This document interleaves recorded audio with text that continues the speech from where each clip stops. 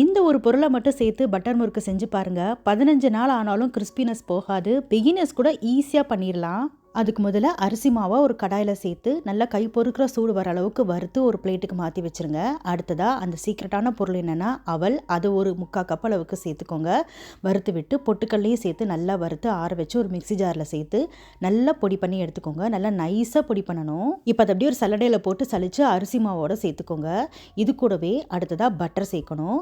எள்ளு, சீரகம், தேவையான அளவுக்கு உப்பு சேர்த்துக்கோங்க. எல்லா பொருட்களோட அளவு டிஸ்கிரிப்ஷனில் கொடுக்குறேன், செக் பண்ணி பார்த்துக்கோங்க. இப்போ இதெல்லாம் நல்லா சேர்த்து கலந்து விட்டு இப்போ கொஞ்சம் கொஞ்சமாக தண்ணி தெளித்து நல்லா பிசைஞ்சு இந்த மாதிரி சாஃப்டான மாவாக பிசைஞ்சு எடுத்துக்கோங்க. மாவோட பதம் ரொம்ப ரொம்ப முக்கியம். இப்போ அதை அப்படியே முறுக்கு கொள்ளையில் போட்டு இந்த மாதிரி ஸ்டார் அச்சு வச்சு எண்ணெயில் நல்லா சூடான எண்ணெயில் இப்படி புழிஞ்சு விட வேண்டியதான். அடுப்பை நல்லா மிதமான தீயிலே வச்சு சுட்டு எடுக்கணும்.